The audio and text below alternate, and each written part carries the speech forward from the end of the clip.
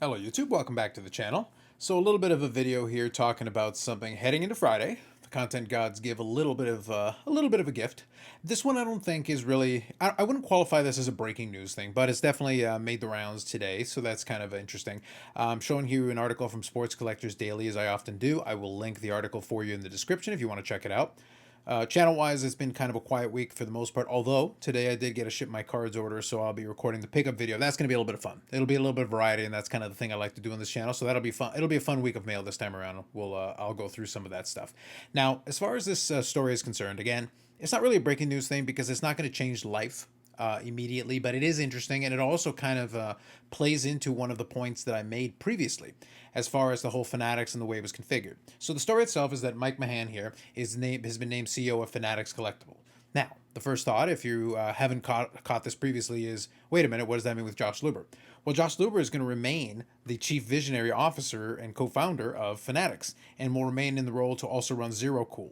So it kind of plays a little bit into a point that I made previously. And if you've been watching the channel, you would notice that I did that little video where I had a little bit of fun with Raleigh Fingers guy, and I went to the page of Fanatics and showed you that Josh Luber was in this spot, and then there were a couple of other folks that are in the executive portion of Fanatics in the trading card side that a lot of people hadn't heard of because Josh Luber was the front-facing guy.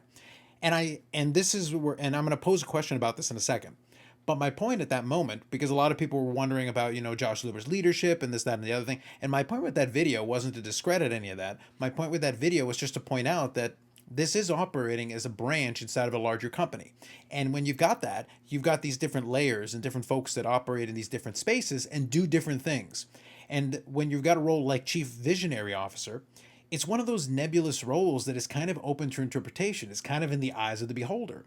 And this announcement here kind of plays into that as well, because Mike Mahan here is named as CEO.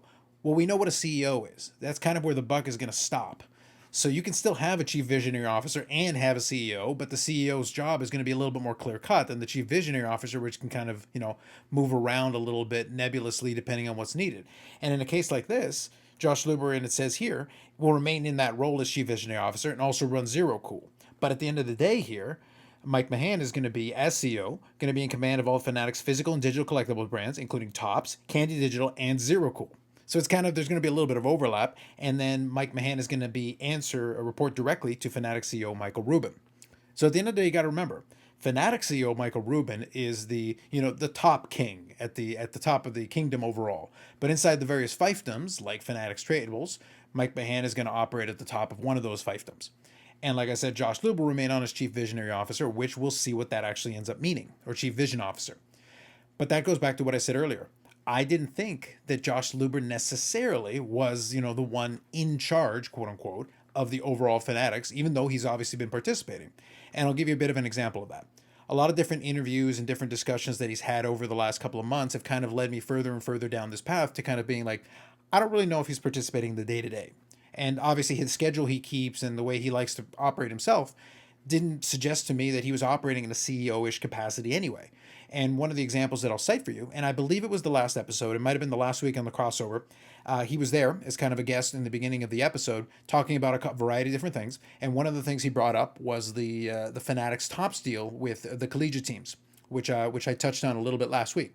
And he brought it up himself, and as part of discussing it, he kind of let out a little bit that he wasn't directly involved in that. It wasn't specifically something he was working on, but he was aware of it. Obviously, he's at the overall company, and he's going to certainly have his hand in a couple different areas, but he wasn't negotiating it. He wasn't like spearheading it. He wasn't at the front of it. So it's one of those things where obviously there's other elements of the organization that were working on it and we're in charge of that, and completely understandable. But at the same time, that's something where if I have the CEO, maybe that's something I would expect them to have a little bit more insight into, because that would be more in line with the traditional kind of CEO title. Even if you're not working on every single thing, you're going to have a pretty good grasp on it because you're overseeing the overall. So that's where Mike Mahan may become a little bit more of the spearhead of that kind of thing. Here's what's going to be interesting, and this is the question that I'll kind of pose to it. That's why I said it's not really a breaking news thing, because it's not going to change life today or tomorrow. But what's going to be interesting going forward down the road is now, going forward, when we talk about Fanatics and we say we want to, ask questions of somebody in the leadership capacity of Fanatics, or, a representative of Fanatics, Josh Luber had been that front face. So going forward, is it still Josh Luber and Mike Mahan? Is it more Mike Mahan than Josh Luber? Is it a combination of the two? When there's an industry, an industry event, who's the one who kind of goes up in the podium first, or who's the one who spends most of the time giving most of the remarks and kind of explaining kind of what Fanatics is up to? Because a lot of what Josh Luber talked about were these, nebulous concepts he had, different ideas he wanted to pitch and propose, and he can still do that as a chief visionary officer, as a chief vision officer. But the CEO is probably going to be speaking in not necessarily absolutes, but be speaking in a little bit more detail, being able to say, like, we talked about it, we worked on this, and this is something we're proud to announce, or this is something we're proud to discuss, and we're going to be bringing this to market, or this, that, or the other thing. And that's kind of more in line with kind of a CEO and that kind of role, as opposed to a chief vision officer.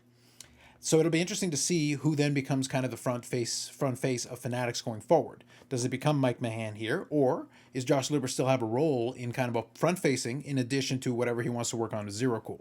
I always got the impression in a lot of the discussions he had that Zerocool was more like his pet project, kind of his baby, that he certainly had a lot more understanding and insight into because he kind of conceived of a lot of the concepts that came about as a result of Zerocool, whether you like it or not.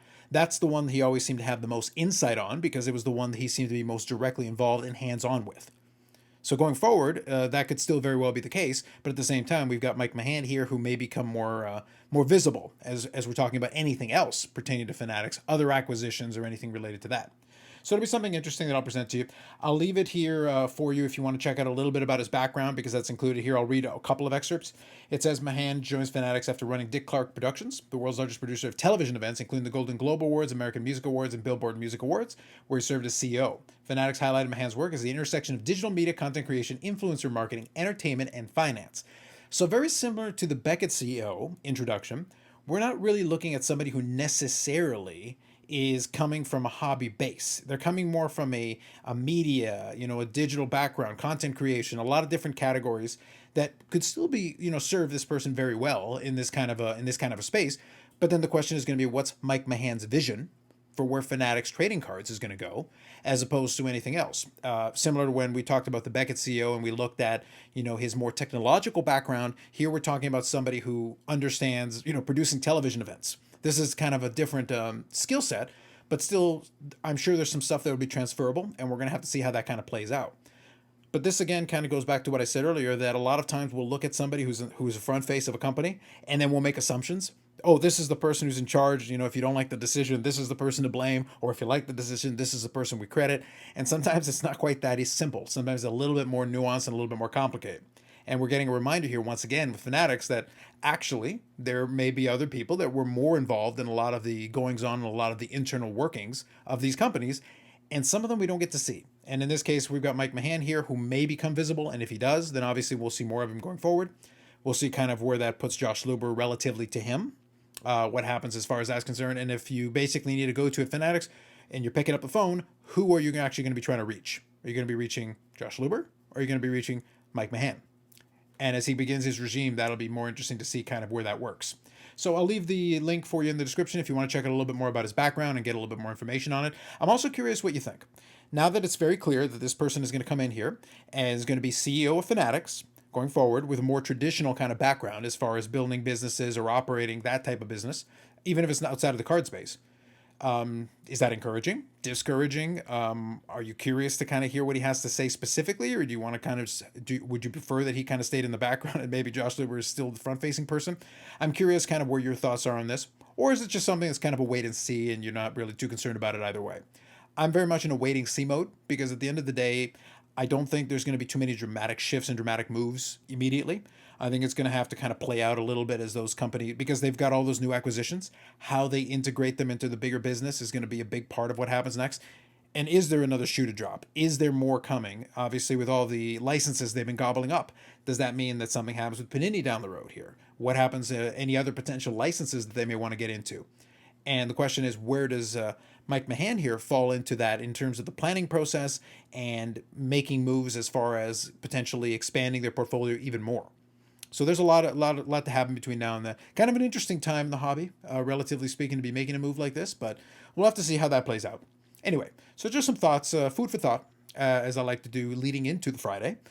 we'll chat about this a little bit on Friday, but for the most part, we'll focus on other categories and other things that we may be interested in. So more videos coming up on the channel. Friday live stream, we'll be doing the next one here at 8 p.m. Eastern Time, which has been the time slot for the summer, working out so far for us.